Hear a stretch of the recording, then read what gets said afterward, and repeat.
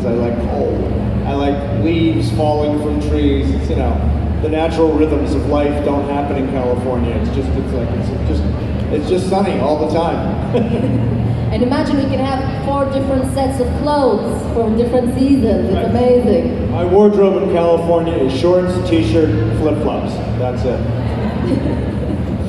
Well, first of all, I wanted to thank you to be here. My pleasure. I think there's a lot of fans of... Exactly. So, I'm a little bit fan... how you say it's crazy? Is it a really good word? Are we crazy fans? Yes, a little bit. So sorry, a lot of questions going to be about Luke and the Gilmore Girls.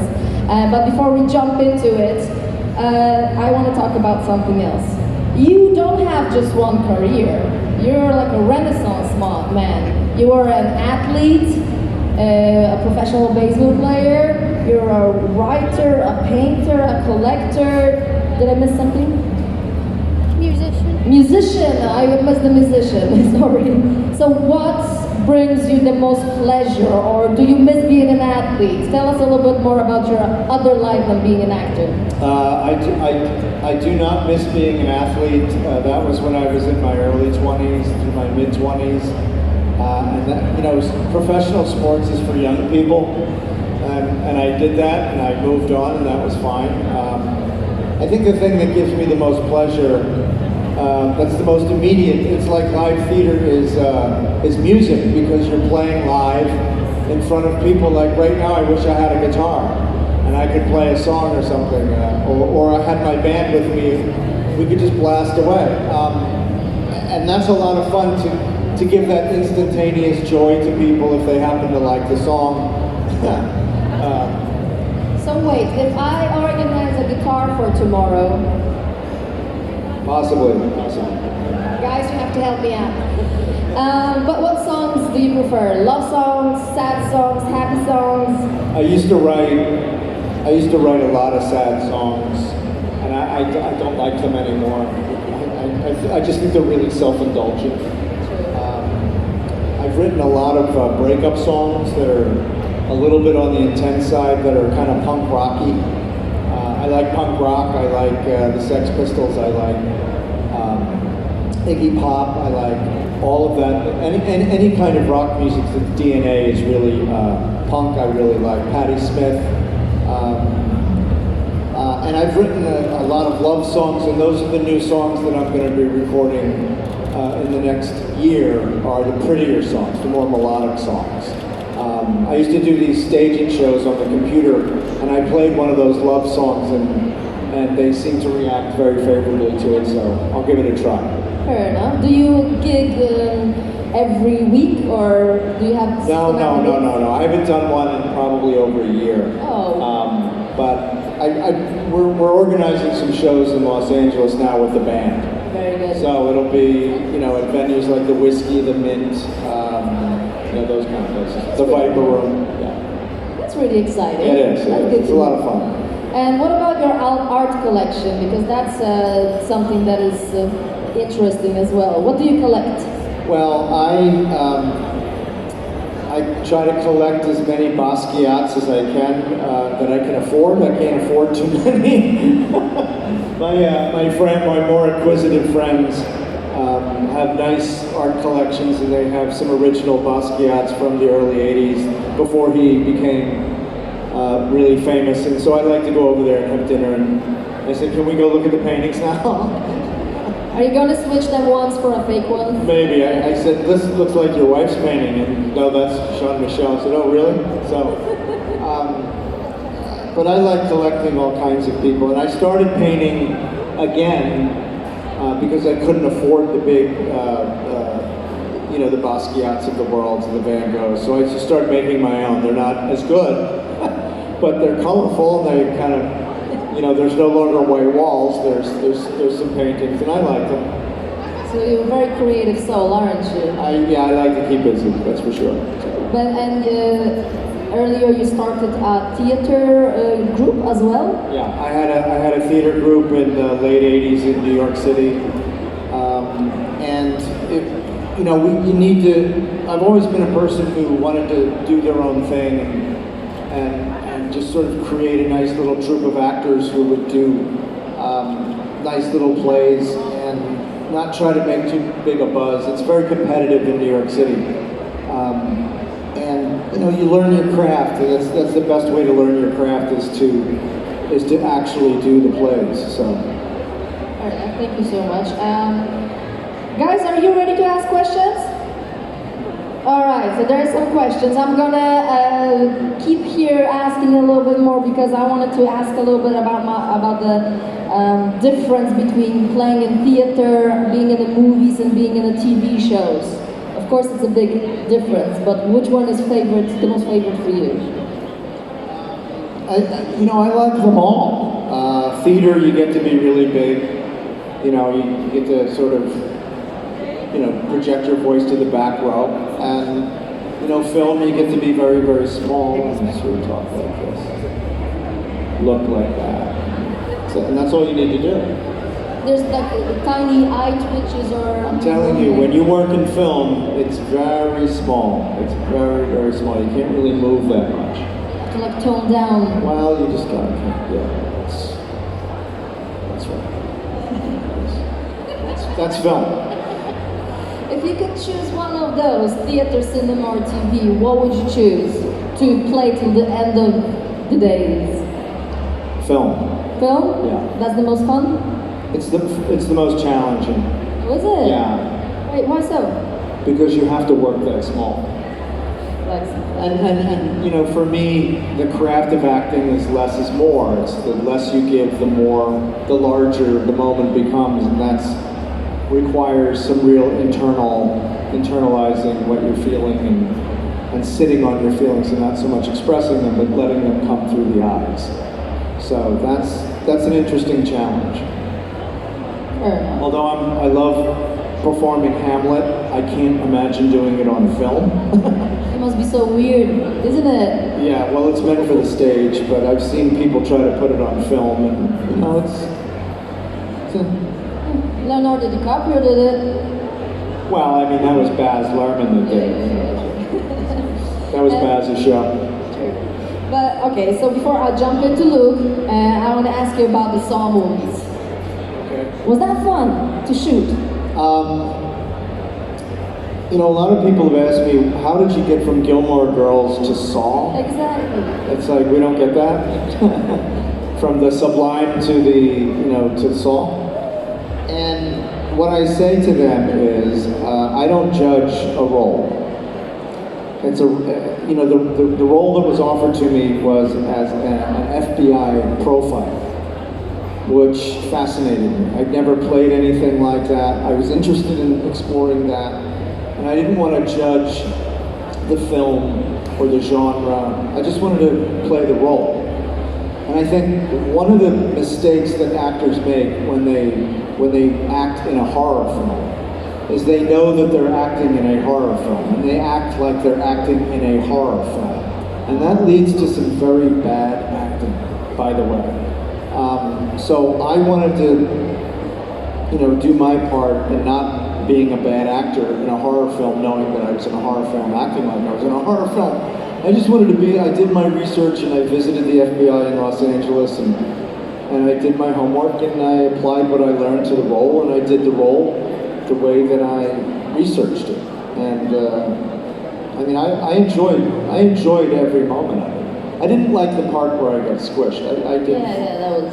I wasn't happy about that because they didn't tell me about that. They didn't? No, they didn't tell me about Really? that. They didn't. So how did it go?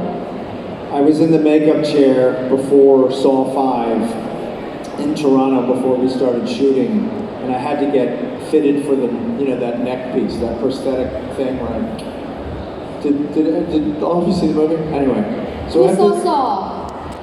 all right, so after they made that piece and fit it on my neck, in the prosthetic shop, I said, okay guys, thanks, bye. And they said, where are you going? You're not done. I said, we got to do your arm. I said, what are you talking about? It's not in the script. They said, well, don't you know they didn't tell you? You're getting crushed. Jeez. the worst way to learn, So no? I didn't know that. So they had to do a broken bone, a compound fracture of my arm. And so I sat there in silence while they did that and, texted my agent, like, what the hell was going on? I thought I was going to be in 6 and, that kind of. So anyway. But anyway, I think the main point is, it doesn't really matter what the genre is, or if it's work, you take the work. If the role intrigues you, if it challenges you, that's why you work. You don't do it for the money or the fame, you just do it because you're interested in exploring that world that character inhabits, and I was interested in that. I found that I was a pretty good shot, too. Really? Like they literally asked me if I wanted to be in the FBI, and I'm like, okay, maybe. Let's see how the film career goes. Here you go, you have another option then, just in case. I can profile every single one of you, so be careful. That's scary. All right, I'm gonna jump to Luke. Okay. Guys, are you excited? So how did you get the role? How do you get a role of Luke? So I read the script. I thought it was really too good for me. I thought, at that time, movie stars were beginning to drift into TV. And casting people were very interested in casting movie stars. So I thought, this material is too good for me. I prepared the material. I went to the audition. It was my second audition of the day. I had 3 that day. The third one was to play opposite Carmen Electra, and she was playing a fembot. She was a robot detective. And so I was late for that audition. I did one scene. I met Amy and Gavin Polone, and I met Leslie Lincoln Glatter, and I read one scene for them. And I just, I'd prepared, but I was at that point in my career where I didn't care anymore. I was just like, whatever, I'm not going to get this. And I was really good at auditioning. I'd been auditioning so much that I became very skilled at it. It's actually a skill set. It has nothing to do with acting, but it has everything to do with psychology. So if you can get in the room and flip the psychology on them by not caring and not giving away your power, then you have a chance. If you don't do that, you won't have a chance. So I learned to do that in the room. How did you learn that? Because that's a skill. Like, I want to know. Because I wasn't getting roles being a nice guy. Okay, so you have to be an asshole? Sorry. A little bit. I was a little edgy in the room. I wasn't disrespectful. Mm-hmm. I was like, hey, what's up? How you doing? I scratched my belly a little. It's like, can we do this? I gotta go. This kind of, and they like that. They like it when people do that. So I learned to do that.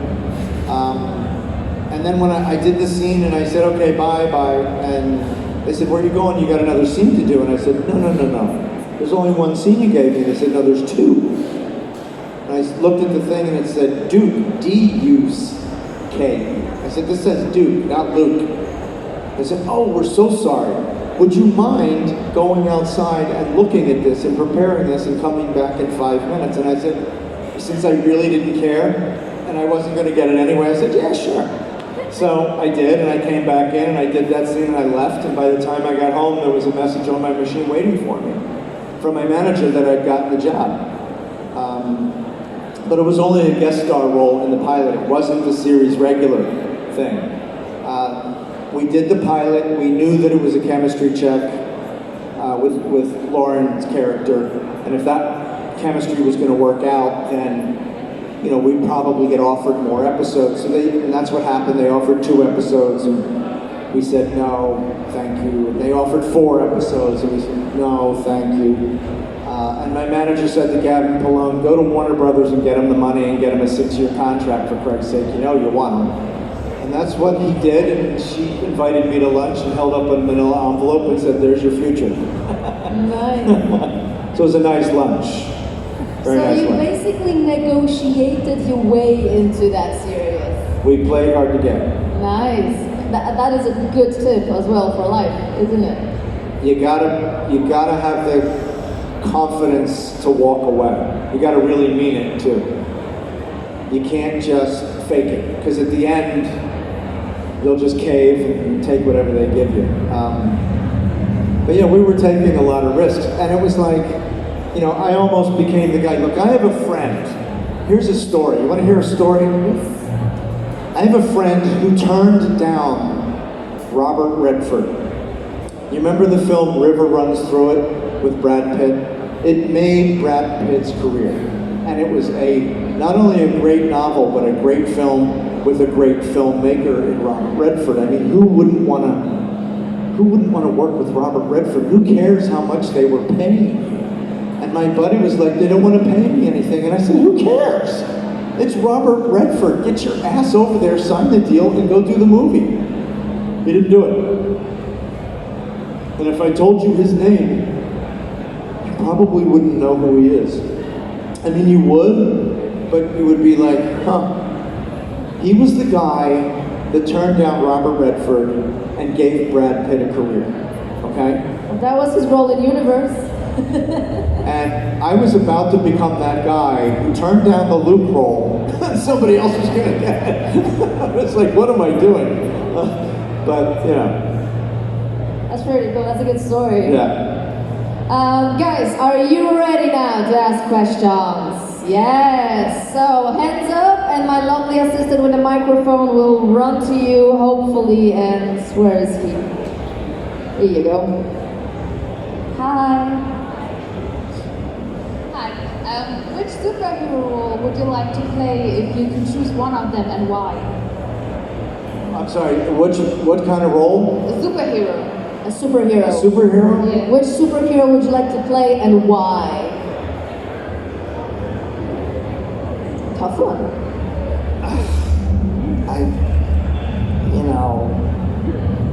I guess a guy that,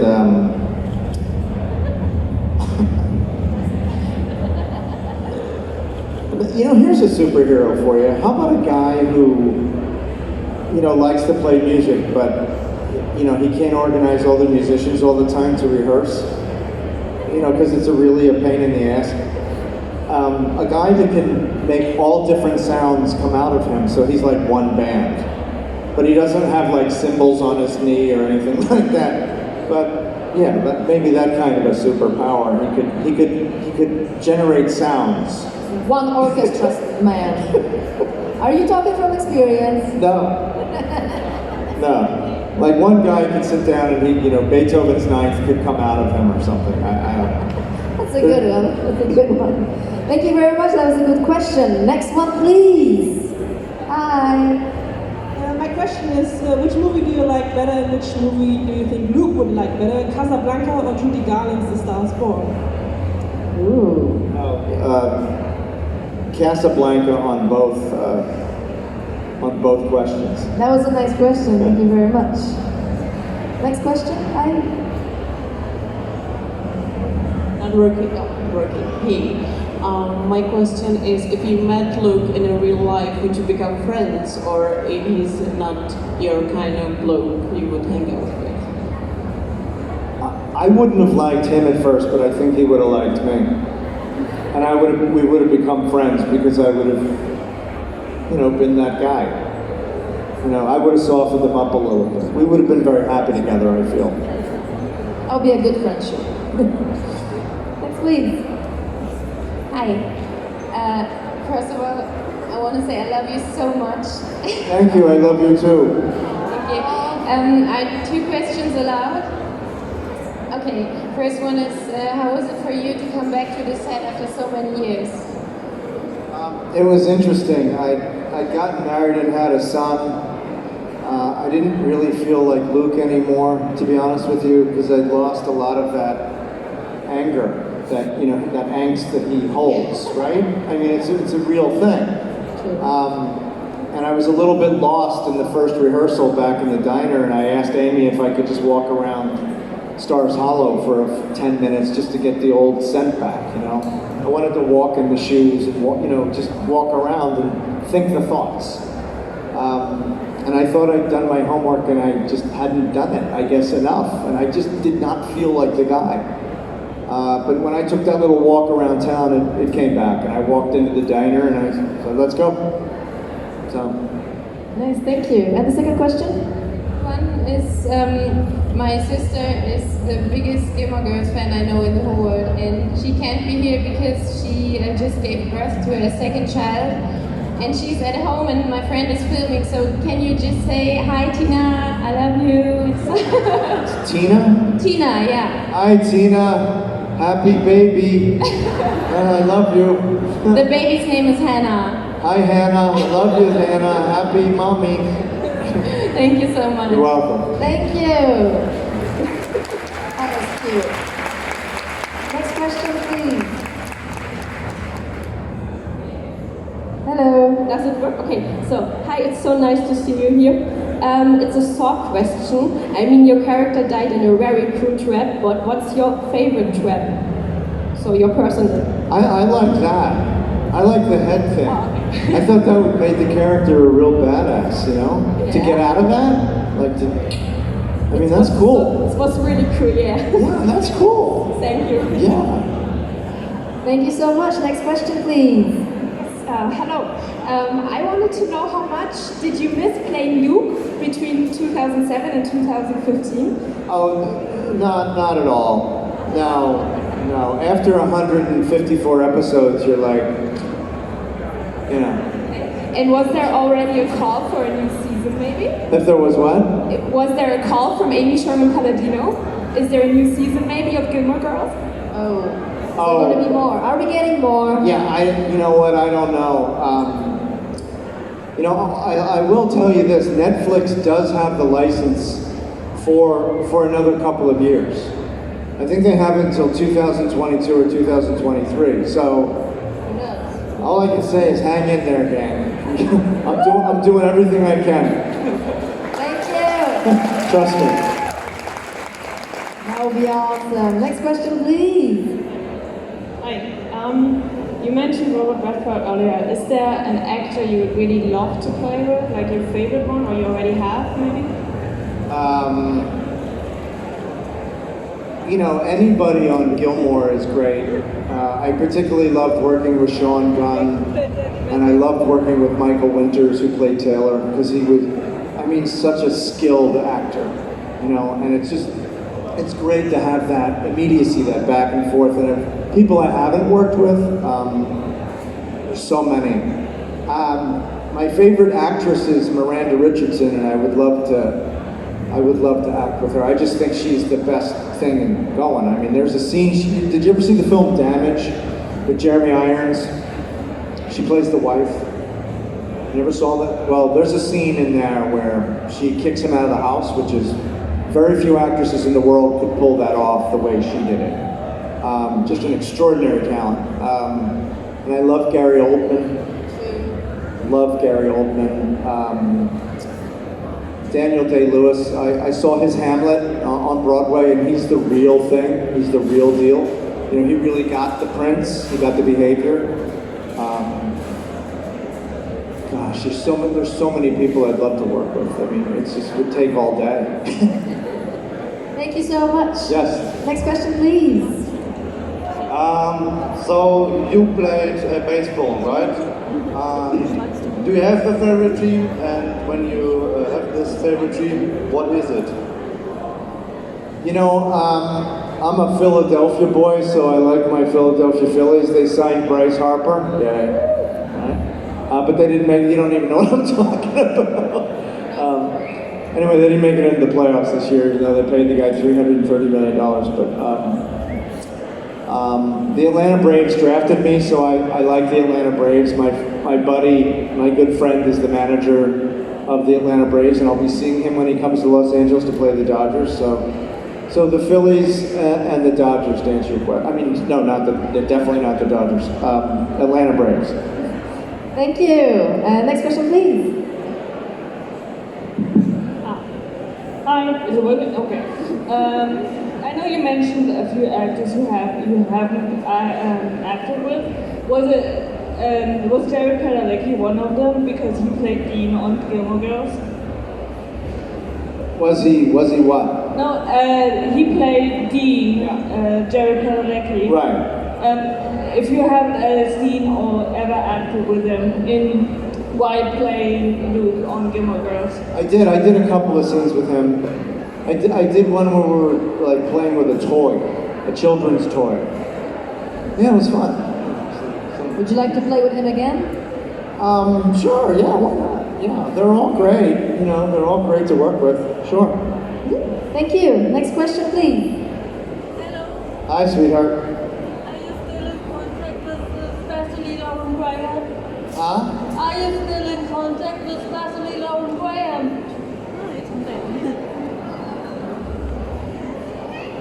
What are you saying? Are you still in contact with Lauren Graham?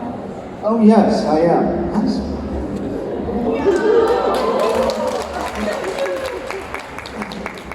She's beautiful. Jeez, look at the smile. Look at her. Yes, we just ran into each other at the supermarket and had a nice talk. And I run into people a lot. I run into Yannick at the gym every once in a while. He's usually sitting outside and he doesn't go in. And when I leave, he's sitting there. I see Milo every once in a while. We ride motorcycles. Take it easy. I want you to take it easy. Take it easy. Take it easy. I said Milo, that's all I said. That's it. They went crazy. Yeah, so I see you once in a while. Thank you so much. Next question, please. When you got the script at the end for the 7th season, and it didn't have a wedding for Luke and Lorelai, were you thinking like, okay, this could be hard for the fans, they were probably disappointed, or was it just like, okay, it's got to be that way, and they feel fine, or so how did you feel about that? So we didn't know it was the last season. We had no idea. I suspected it would be because Warner Brothers had offered Amy a 1-year deal. And that was an insult to her. They normally offer 2 years, and that's respectful, okay? So she was leaving, she turned it down. So she was gone after 6 seasons. She was gone, she quit. She didn't take the 1-year deal. So we had David Rosenthal take over the show for season 7. And as talented a writer as he is, it's impossible to capture the tone and the characters from somebody else. He didn't create them. Those characters are so unique, they just came out of her crazy brain, right? So we kind of had a sense that it might be over after 7, and we heard some things about certain people being a little bit creatively bankrupt, and they wanted to move on. And you mentioned the wedding. I think the revival in 2016 for Netflix was, for me, not satisfying at all. And I thought that it abused the fans. And I didn't appreciate that. I mean, the fans had been waiting for 16 years for a big wedding. And they had 4 episodes to do it. You do the pre-wedding, the wedding, and then the aftermath. And there's your 4 episodes. And you do it in the center of town, and you involve all the people. And that would have been a global fan celebration for the Luke and Lorelai wedding. Instead, you get this little thing in the gazebo, which was nothing, and who cares? And the genius of the writing, pissed me off. Really pissed me off. The genius in the writing, though, is those writers tend to make very large things small, and small things very large. That's why it's so unpredictable and so good. It keeps everybody so intrigued. But I think on something that iconic and that necessary, the storytelling, it had to go there. The characters were screaming at them to go there. And instead they just sort of like, I was not, I don't want to get too serious here, but it's kind of a big deal because the fans, they come up to me all the time. They say, we didn't like that. And I said, I didn't like it either. I'm a fan too, and I didn't like it. And I've let them know that I didn't like it. Not that they care, but I said, you got to give the fans a big fat wedding. I mean, now they're around for 19 years. So let's go, give them a wedding. I actually just sent an email off like, when's the wedding? album renewals, no? So I know how you feel. I know how the fans feel. You got shortchanged, and God damn it, I'm going to do something about it.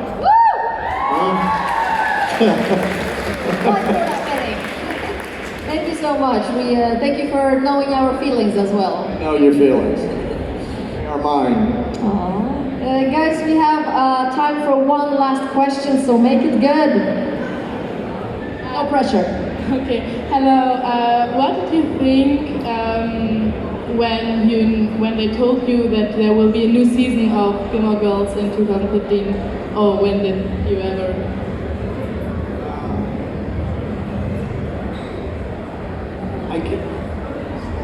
I did a little dance.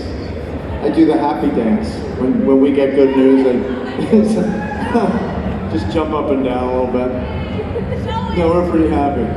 Well, I have to do it here. Come up stage. You, come up. You, come up to the stage. Uh-oh. Woo! We're gonna do the happy dance? We're gonna do the happy dance. Yes! Okay. So here's the happy dance. So when it's very simple. The happy dance, when I get good news or we get a big fat check in the mail from the show, you know, and then when we found out, and what's your name, by the way? Karen. Karen, this is Karen. So Karen's gonna play the role of my wife. And we're very happy. And we just got the phone call that Gilmore is coming back for the revival. My manager called, and I say, honey, come on in the kitchen, we gotta do the happy dance. So this is what it is.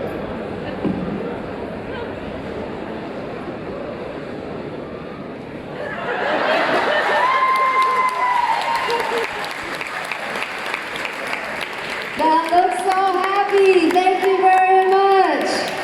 That's the happy dance. Guys. Guys, I think that's a perfect moment to unfortunately thank our guests. Guys, a big round of applause. And thank you for being such great fans. You're the best fans in the world. It's really amazing. Everywhere I go in the world, I'm always approached by Gilmore fans who always say nice things, and it's always a pleasant experience. So thank you from the bottom of my heart for supporting this show, because you've affected so many lives for the better, I'm telling you. And we're happy to do that for you too, okay? So, thank you. Guys, a round of applause!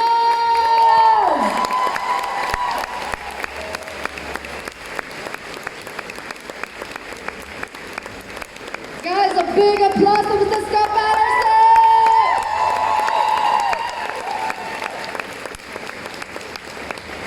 Alright guys, now we do the happy dance.